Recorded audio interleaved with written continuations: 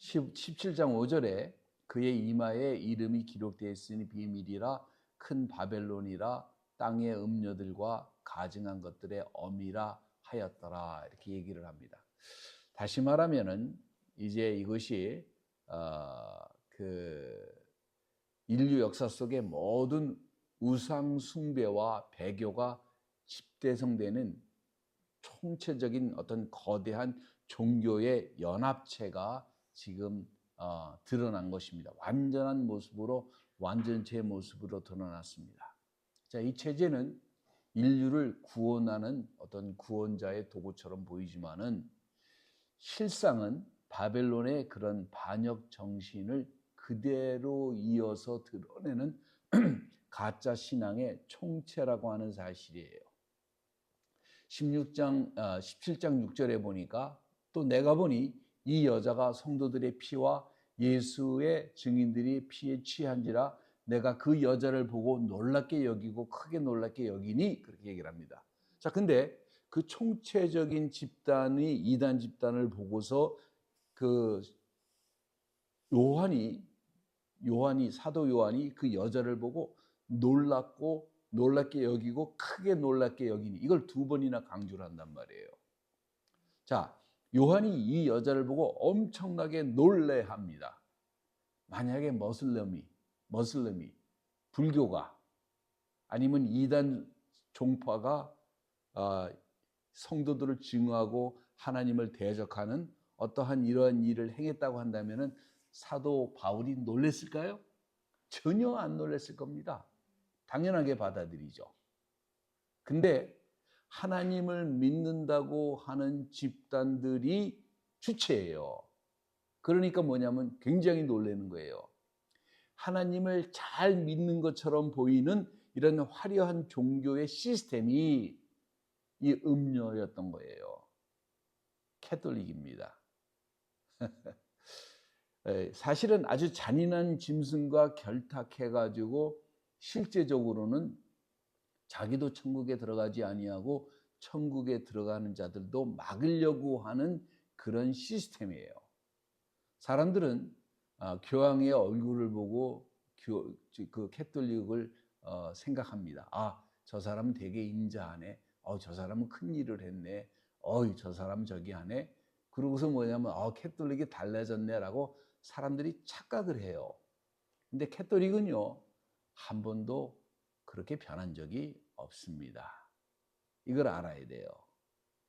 자, 이때 수많은 사람들이 종교적인 외향에 속아가지고 이 체제를 따를 겁니다. 아마 그럴 거예요. 모든 종교에는 다 구원이 있다. 지금 이미 얘기했죠? 개신교에서도 큰 교회는 다 여기에 들어갑니다. 이런 얘기하면 여러분이 샥 먹을지도 모르지만 빌리 그레함도 유니테리언의 한 그룹에 속하기도 해요. 천국 가봐야 돼요. 누가 진정한 적인지는.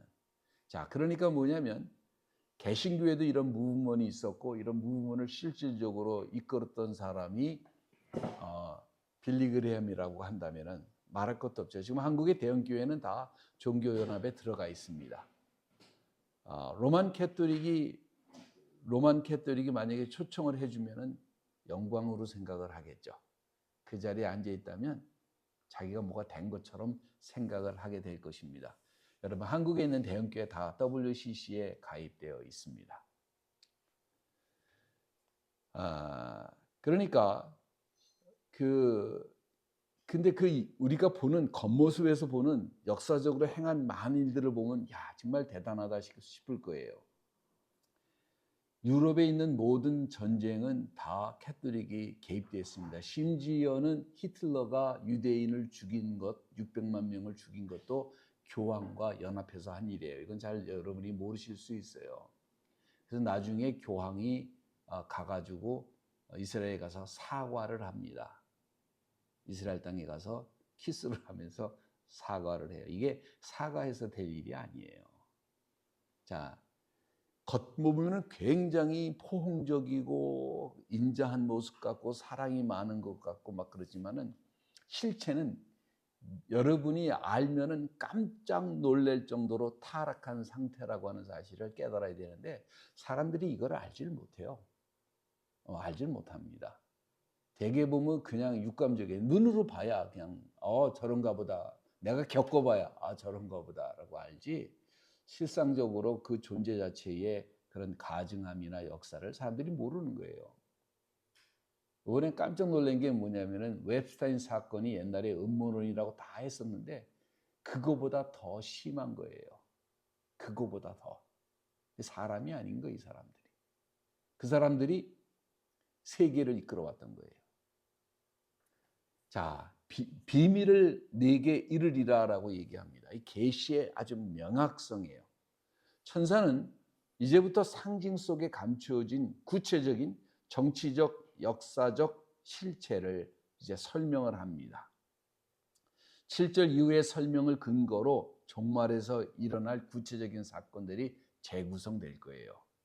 자, 1절부터 6절이 그 환상을, 비전을 보여준 것이라 그러면 7절부터는 그 환상이 가리키는 실제적인 미래의 인물과 국가 시스템에 대한 해설로 전환이 됩니다. 자, 여자와 짐승과의 관계가 지금 재확인되어 있는데 이 천사는 여자가 탄 짐승을 언급을 합니다. 다시 말하면 여자는 뭐예요? 종교죠. 종교 시스템이에요. 그 단일화된 종교 시스템이 단일화된 정치 시스템에 올라타 있어요. 그래서 처음에는 이 종교 시스템이 정치 시스템을 적그리스도를 주관하는 것처럼 보입니다. 자, 다시 말하면은 초기에는 정치 권력을 이용해 가지고 종교 권력이 대중을 완전하게 통합을 시킵니다. 모든 상징적인 환상을 이제 구체적으로 7절부터 미래의 예언으로 이제 전환하는 공식 이제 해설이 드러나는데 17장 7절에 천사가 이르되 왜 놀랍게 여기느냐? 요한복음 그러는 거예요. 왜 놀랍게 여기느냐? 예수님이 이미 비유로 말씀을 하셨잖아요. 나무가 커지면 그 나무에 뭐가 깃들어요? 새들이 깃들어요. 사람들이 어떻게 생각하냐면 평화롭다. 그 나무가 크니까 그늘도 있겠다. 이런 생각을 하는데 그게 아니라 이 교회가 겨자씨만했는데 그 나무가 커지면서 어떻게 된다고 그랬어요? 나무가 굉장히 커지니까 누가 깃들어요? 새들이 깃들어요. 새는 뭐를 상징하냐면 어두운 영들을 상징합니다. 그게 어두운 영들의 놀이터가 되는 거예요. 예. 비밀을 알려주겠다 이렇게 얘기를 합니다. 17절에 여기 보면은 천사가 이르되 왜 놀랍게 여기느냐? 내가 여자와 그가 탄 7머리와 10뿔을 가진 짐승의 비밀을 네게 이르리라. 다시 말하면 여자와 7머리와 10뿔을 가진 짐승의 비밀, 정치 세력 이에 대해서 이 얘기를 해주겠다고 얘기를 합니다. 자, 요한이 이 괴물을 보고서 아이고 막 이상하게 생겼구나라고 해서 놀란 게 아니잖아요. 그죠? 전혀 생각하지 못했던 하나님을 믿을 것이라고 했던 집단이 하나님을 대적하고 음료로 등장한 것에 대해서 굉장히 놀랐을 것인데 그렇게 보이는 종교적인 외양과는 다르게 아주 악마적인 그런 단인한 짐승과 결합하는 것은 뭐냐면 엄청난 음료였다는 사실이에요. 이것이 둘이서 결합이 됩니다. 그래서 마지막 때 종교 체제가 나타나는데 그때 사람들이요 그들이 얘기하는 화려함과 평화의 메시지 여기에 속아 넘어갈 겁니다. 여러분 기독교는 다 포용하지 않습니다. 기독교는 예수만이 길이요 진리요 생명인 것을 믿습니다. 다른 것은 받아들이지 못합니다. 독선이에요. 기독교가 다 포용하는 즉시 그럴듯하게 보이는 거예요. 안 믿는 사람들에게, 그 다음에 믿음이 없는 사람들에게 굉장히 그릇이 큰 것처럼 보이는데 그것은 그릇이 큰 게 아니라 믿음이 없는 겁니다. 예.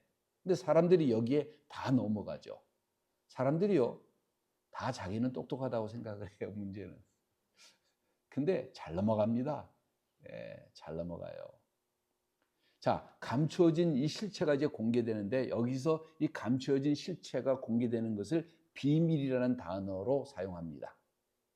자, 종말 때는 이 존재들이 단순한 어떤 저기가 아니라 특별한 방식으로 초자연적이고 어떤 정치적인 결합체가 나타날 뿐만 아니라 종교적인 결합체가 함께 나타나서 사람들이 정신 차리지 못할 정도로 매력적이면서 뭔가 세상을 바꿀 것 같은 그런 생각을 아마 줄 것으로 생각을 합니다. 근데 여기에 천사가 뭐냐면 7머리와 10뿔에 대해서 얘기를 합니다. 자, 7머리와 10뿔은 뭐냐면은 다니엘서에 이미 다 예언되어 있는 것이에요. 세계 정부입니다. 자, 여자와 짐승과의 관계는 지금은 뭐냐면 공생 관계예요. 서로 이용하는 관계입니다. 천사가 여자와 그가 탄 짐승이라고 묶어서 부르는 것은 뭐냐면 대환난 초기에는 단일 세계 종교와 단일 세계 정부가 한 몸처럼 움직이는 것이에요. 그래서 그런데 누가 우위를 갖는 것처럼 보이냐면은 여자가 짐승을 타고 있다고 하는 것은 뭐냐면 누가 조절하는 것 같아요? 종교가 정치를 좌지우지하는 것처럼 종교적인 영향력이 정치 권력보다 위에 있거나 정치를 조종하고 있는 것처럼 이렇게 보이게 될 것입니다. 자, 그러나 결과적으로는 뭐냐면은 적그리스도가 종교 지도자를 제압하고 자기가 종교와 정치를 합치시키는 테오크라시, 지금 이란처럼 그렇게 아마 다스리는 시스템이 되겠지요. 자, 요한의 환상이 이제는 뭐냐면 막연한 상징적인 그런 것에서부터 구체적으로 7절을 기점으로 바뀌기 시작을 합니다. 이것은 로마 제국에 대한 얘기가 아니에요. 로마 제국의 연장선에 있는 현 상태를 얘기를 하는 것입니다. 8절에 네가 본 짐승은 전에는 있었다가 지금은 없으나 장차 무적행으로부터 올라와 멸망으로 들어갈 자니 땅에 사는 자들로서 창세 이후로 그 이름이 생명책에 기록되지 못한 자들이 전에는 있었다가 지금은 없으나 장차 나올 짐승을 보고 놀랍게 여기더라. 이 짐승에 대해서 뭐라고 얘기했냐면 전에는 있었지만 지금은 없고 장차 나올 짐승이라고 얘기를 합니다. 이 문구는 이제 두 가지 방식으로 해석이 될 수가 있는데 적그리스도를 얘기를 하는 거예요. 적그리스도가 통치 중에 아마 치명적인 상처를 입고서 죽은 것처럼 보였다가 아니면 실제로 죽었다가 사단의 능력으로 다시 살아나는 어떤 기적적인 것을 연출하게 될 것입니다. 이는 예수 그리스도의 부활을 흉내내는 거죠. 사단은 그대로 하나님을 흉내내는 것을 굉장히 좋아합니다. 자, 요한 시대에 있다가 계시를 받을 때는 없으나 미래에 다시 온다. 이것은 뭐냐면은 아마도 더 깊게는 안 들어가는데 아마도 가룟 유다와 관계가 있을 수 있어요. 깊게는 제가 안 들어가겠습니다. 여러분에게 혼동 주고 싶진 않아요. 자, 여기서 보니까 이 짐승이라는 것은 히브리어로 헬라어로 이 짐승은 뜻이 똑같은데 파괴자라고 하는 뜻을 사용했어요. 파괴자. 이 짐승은 사람인데 끝없는 구덩이의 천사이기도 하고 이 구덩이의 왕이기도 하고 히브리어와 헬라어의 말로 이름을 가지고 있는 존재입니다. 그는 파괴하는 천사로 사망이 의인화된 인물일 거예요. 자, 성전에 앉아 있을 때는 이 자는 멸망의 아들로 불릴 것입니다. 요한복음 17장 12절에 있는 것처럼 멸망의 아들은 아마도 가룟 유다를 뜻할 거예요. 요한복음에서 가룟 유다를 뭐라고 얘기를 했죠? 제가 깊게 얘기 안 합니다. 그냥 데블이라고 얘기를 해요. 그리스도가 하나님의 아들이 성육신한 것처럼 사단도 성육신해서 3년 반 동안 예수를 찾아다닌 것이 아닌가라고 하는 의견을 가지고 있는 마이너 스칼라들이 있습니다. 이단이 아니에요. 소수의 학자들이 있습니다. 저는 거기에 마음이 많이 가요. 그래서 사도행전 1장에 보면은 자기 처소로 돌아갔다고 얘기를 합니다. 요한복음 1장에 사도 그 새 사도를 뽑을 때 그렇게 얘기를 해요. 자, 그래서 저는 그렇게 생각을 하는 거예요. 이건 뭐 확신하지 않습니다. 이거는 천국에 올라가 봐야 알아요. 스가랴서 11장 15절과 17절에 나타난 것처럼 목자는 목자인데 무슨 목자예요? 우상 목자입니다. 그래서 요한복음에서 6장 70절 71절에 뭐라고 했냐면은 그 중에 하나는 마귀라고 예수님이 말씀하셨잖아요. 그 중에 하나는 마귀니라. 그래서 사도행전 1장 24절 25절에 자기의 처소로 돌아갔다고 그랬잖아요. 깊은 구덩이로. 그래서 아마 그렇게 설명한 것이 아닐까라고 생각을 제 나름대로 해봅니다. 자, 이 무적행에서 올라오는데 이 짐승은 단지 어떤 인간적인 정치가가 아니라 가문이 좋은 정치가 뭐 이런 것이 아니라 무적행에서 지옥의 시면에서 올라온 사단적인 권세와 직접적인 연관을 가진 인물인 것을 성경은 분명하게 얘기를 하고 있어요. 자, 적그리스도가 사단에게 직접 권세를 받는 존재인 것을 증명하는 근거입니다. 이것이. 자, 생명책에 기록되지 못한 자들의 반응은 뭐냐면 경악하면서 숭배를 해요. 보고 놀랍게 여기리라 라고 하는 표현은 갑자기 그냥 깜짝 놀라는 게 아니라 막 압도돼가지고 막 어쩔 줄 몰라 하는 거예요. 이단에서 보니까 오늘날 돌아가실 것 같은 그 할아버지가 딱 자기가 자칭 메시아 하나님이라 나타났더니 젊은 애들이 막 소리를 지르고 막 열광하고 그러는 것처럼 똑같은 일이 나타나겠죠. 애들 브레인 좀 스캔해 봐야 돼. 자, 구원받지 못한 자들. 이들이 뭐냐면은 이러한 거짓과 이적과 기적에 속아가지고 이 짐승을 하나님인 줄 알고 따르게 돼요. 메시아인 줄 알고 따르게 돼요.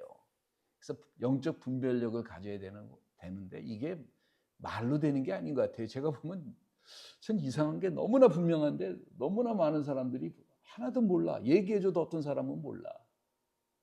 그러니까 참 이게 신기한 건데 하나님이 이 분별력을 우리에게 주셔야 됩니다. 지혜를 주셔야 돼요. 여러분 지혜를 구해야 됩니다.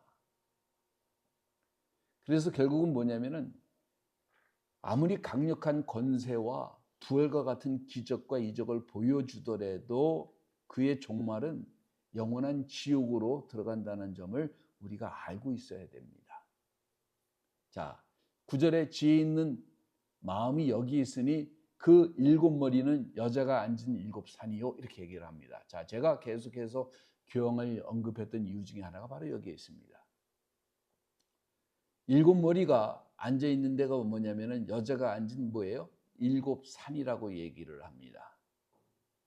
자, 이 구절은 인간의 지식으로 푸는 게 아니라 성령의 조명 아래서 특히 다니엘서를 이해하는 지혜가 필요도 합니다. 자, 근데 여기서 뭐냐면은 음녀와 짐승의 정체를 밝히는 결정적인 단서가 나오는데 7산이 나와요. 저는 로마는 안 가봤습니다. 근데 로마가 뭘로 유명해요? 7 언덕 위의 도시로 유명합니다. 로마 가보신 분 있어요? 오케이. 맞아요? 모르죠? 7 언덕 위의 도시로 유명합니다. 그래서 존 웨브루스, 찰스 라일리 같은 사람들이 그 다음에 마틴 루터도 이 음료의 본거지가 재건된 로마 제국이나 로마를 거점으로 한 종교 시스템, 로만 캐토릭이라고 생각을 하게 된 것입니다. 근데 보면요, 로만 캐토릭이 하는 짓을 보면요, 정말로 악합니다. 정말로 악해요.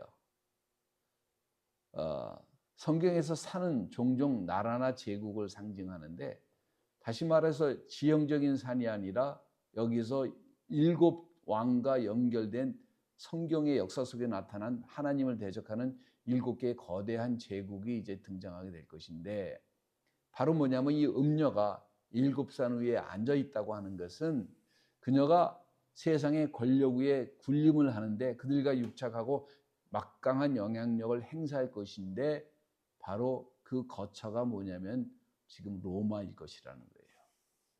그 결국은 뭐냐면 로만 캐토릭인데 종교단체 중에서 가장 큰 부자가 어딘지 아세요? 로마 캐토릭이에요.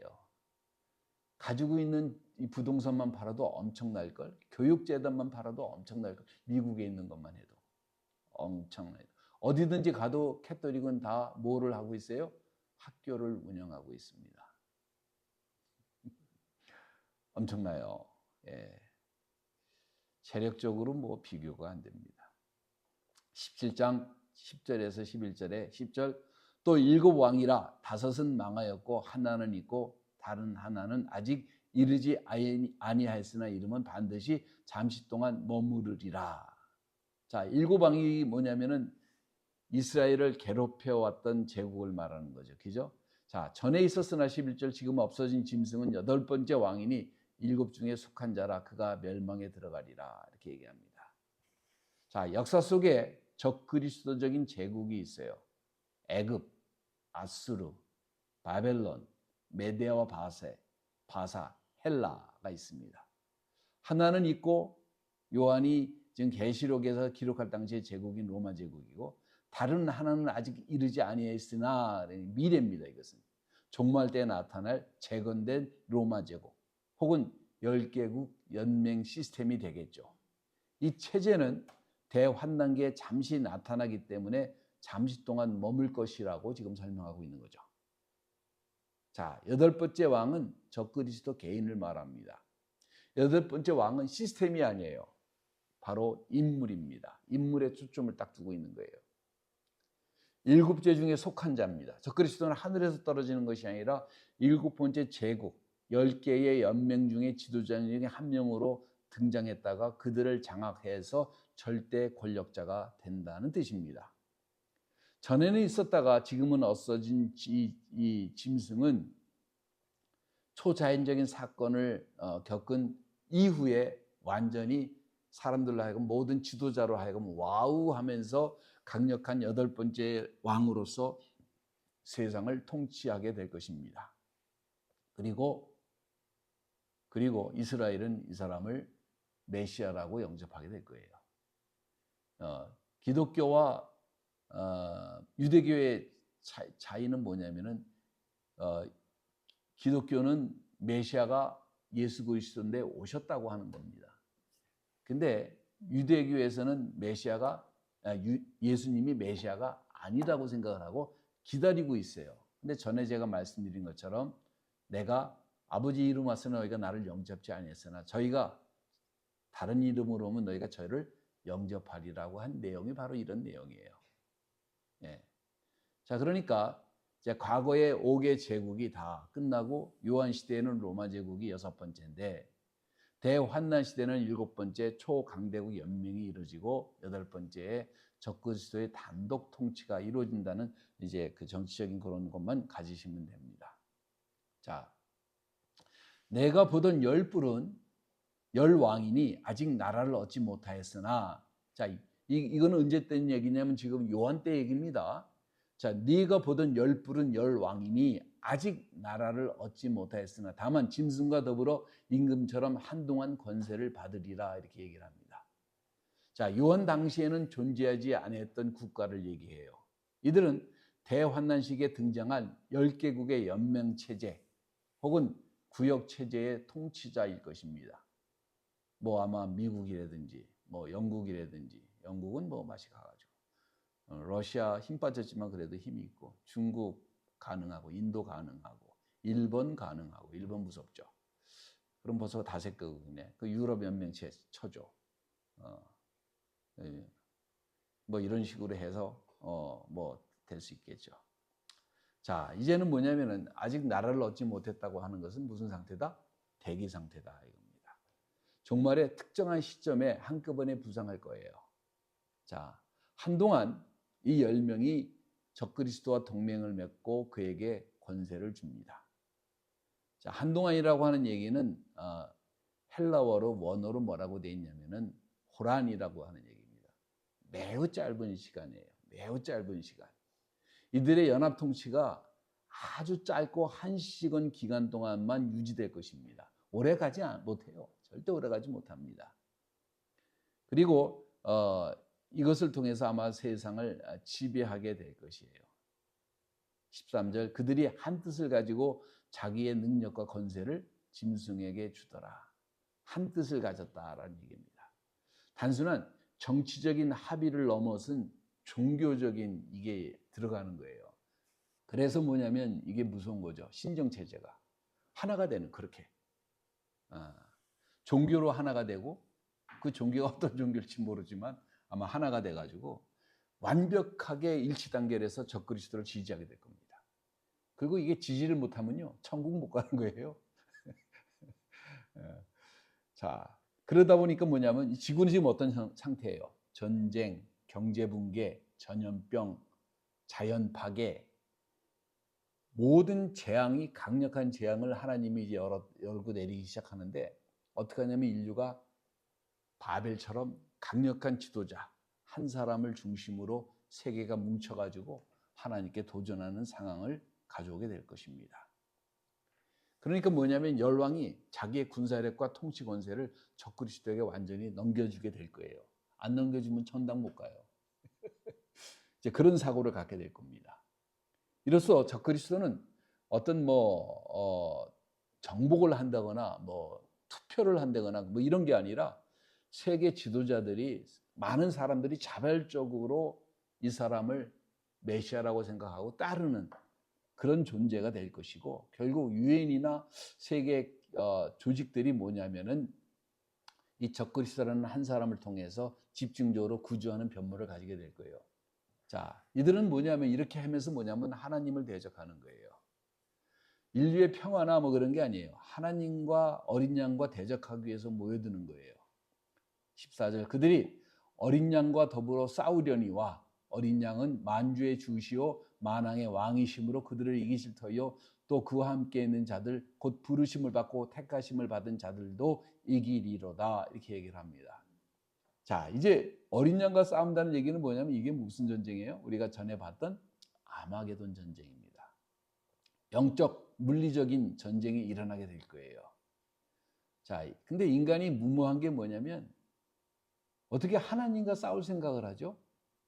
이제 적그리스도가 여덟 번째 왕으로 세상의 왕이적인 흉내를 내지만은 진정한 왕은 우리에게 하나밖에 없어요. 그리고 세상에 하나님과 싸워서 창조물이 이길 수 있어요, 없어요?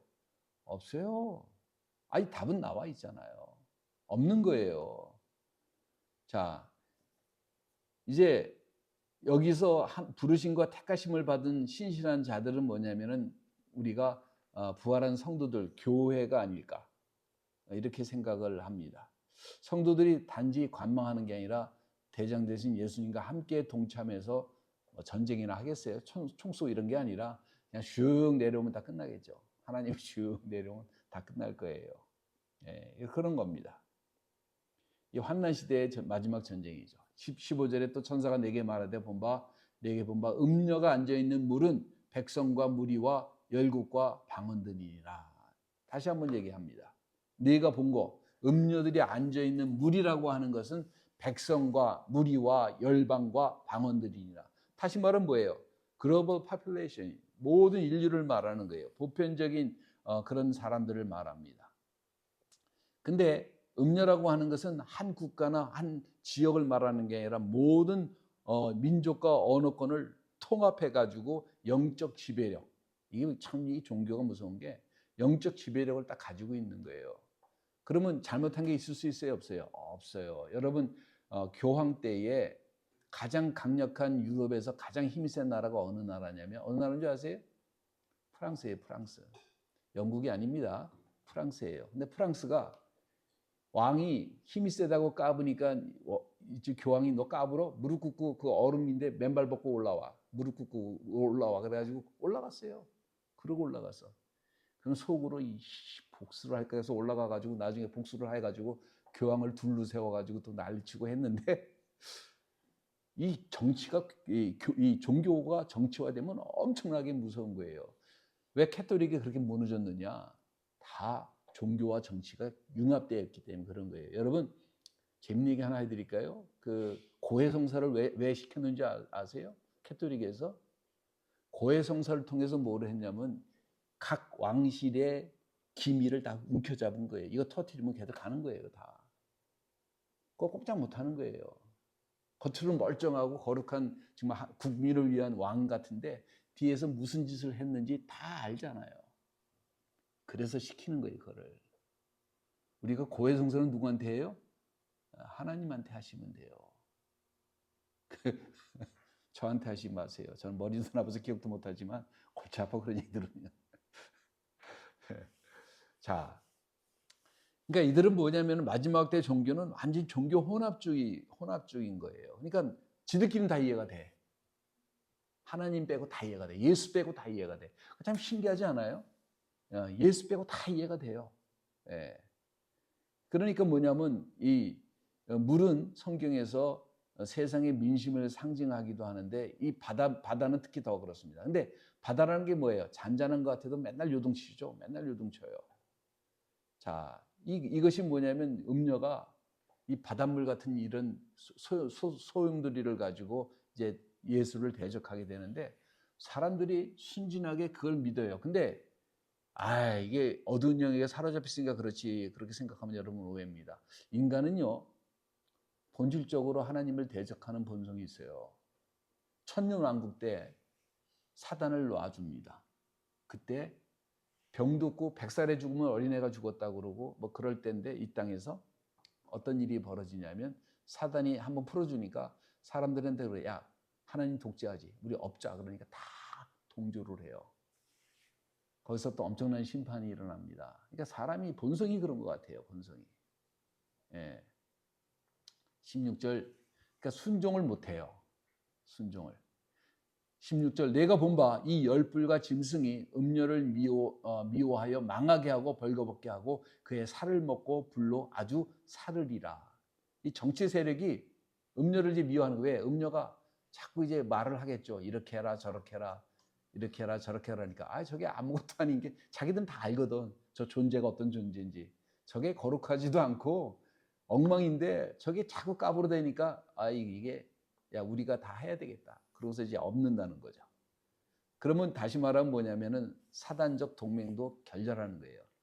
사단의 역사는요, 어둠의 역사는 거짓말, 배신, 분열, 비난 이게 전문이에요. 칭찬해주고 이런 거 없어요. 칭찬해주는 것 같아도 거기다 항상 가시를 심어 넣어가지고 비난하게 만들고 원망하게 만들고 좌절하게 만들고 파괴하게 만들고 이게 사단의 역사예요. 이것들이 모여도 지들끼리 통합이 되느냐 꼭 그런 것만도 아닌 거예요.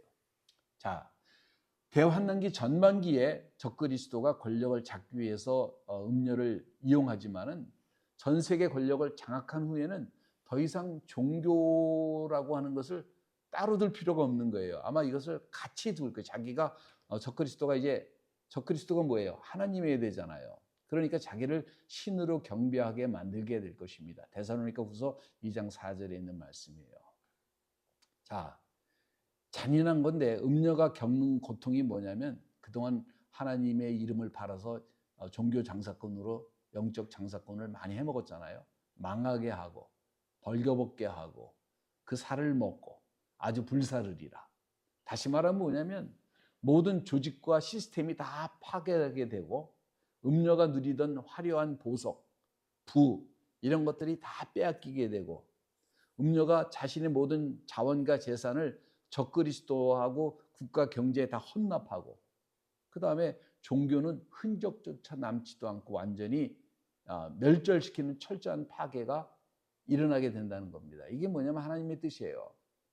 하나님이 악을 통해서 징벌하시는 하나님의 뜻인 것 같아요. 자, 이게 아마도 학자들 사이에서 3년 반, 7년 동안 일어나잖아요. 그죠? 제가 한번 이제 언젠가 요거 끝나면 계시록 끝나면 이제 맛배기로 이스라엘의 결혼식과 예수님이 임재하시고 오시는 것과를 제가 이제 설명을 제가 짬짬이 해드렸는데 그걸 정확하게 해드릴 건데 이게 뭐냐면 뭐 7년 동안 7일 동안 잔치하는 거와 마찬가지로 7년 동안 잔치를 천국에서 하는데 3년 반경에 일어나게 될 것입니다. 이제부터 이제 뭐냐면은 짐승의 표를 강요하고 모든 종교를 폐지하고 우상을 놔가지고 자기만을 섬기도록 강요를 하게 될 것입니다. 17절과 18절에 이는 하나님이 자기의 뜻대로 할 마음을 그들에게 주사 한 뜻을 이루게 하시고 그들의 나라를 그 짐승에 주게 하시되 하나님의 말씀이 응하기까지 하심이라. 18절 또 내가 본 여자는 땅의 왕들을 다스리는 큰 성이라 하더라. 자, 중요한 것은 뭐냐면 적그리스도도 잘 모르는 게 있는데 모든 게 뭐예요? 하나님이 하시는 대로 하는 거예요. 다 하나님의 꼭두각시일 뿐이에요. 아마 사단은 모를 거예요. 자, 모든 것은 하나님이 그어놓으신 경계 안에서 행하는 것입니다. 하나님의 주권적인 허용이에요. 짐승의 음료를 배신하고 잔인하게 죽이는 것도 사단이 자기가 자기 뜻대로 행하는 것 같지만 이 모든 것이 심판의 하나님의 도구로 사용한 것이라고 하나님이 미리 말씀하시는 거예요. 자, 적그리스도의 출현과 음료의 멸망은 우발적인 사고가 아니라 창세 전부터 하나님이 생각하시고 이렇게 하시겠다고 하는 말씀이 성취되는 과정이라고 하는 사실입니다. 그리고 역사의 마지막 단추를 끼시는 분도 오직 하나님밖에 아무것도 없는 거예요. 근데 이 모든 것이 적그리스도의 열왕인 다스리는 권세는 무한정한 것이 아니라 뭐라 그랬어요? 아까 원타임이라고 그랬는데 한시적인 거예요. 말씀이 성취될 때까지 시한부인 것입니다. 시간도 이미 다 정해져 있어요. 영적 정치적인 이 저기를 갖다가 큰 성이라고 부르는데 이 종말에 전 세계 정치, 경제, 종교, 문화, 자 아무튼 그래요. 자, 이 큰 성이 거대한 시스템의 본거지인데 이제 이것이 영적 바벨론인데 이것이 뭐냐면 완전히 이제 무너지게 될 것입니다. 이제 18장으로 넘어가게 될 거예요. 다음 주에. 예, 이제 계시록이 점점 종말에 다가오는데 자, 여러분이 호기심으로 이거를 접근할 이유가 하나도 없습니다. 그냥 성경에서 계시록을 보면 계시록 1장에 뭐라고 그랬어요? 이것을 읽는 자는 뭐예요? 복되다고 얘기를 하잖아요. 그 이유는 뭐냐면 창세기를 보면은 하나님이 창조하신 것을 아는데 계시록을 보면은 뭐가 보이냐면 하나님이 심판하시는 것을 봐요. 그러면 그게 얼마나 감사한 노릇이냐면은 모든 문제가 종교의 신앙의 모든 문제가 다 사라지게 됩니다. 그렇지 않아요?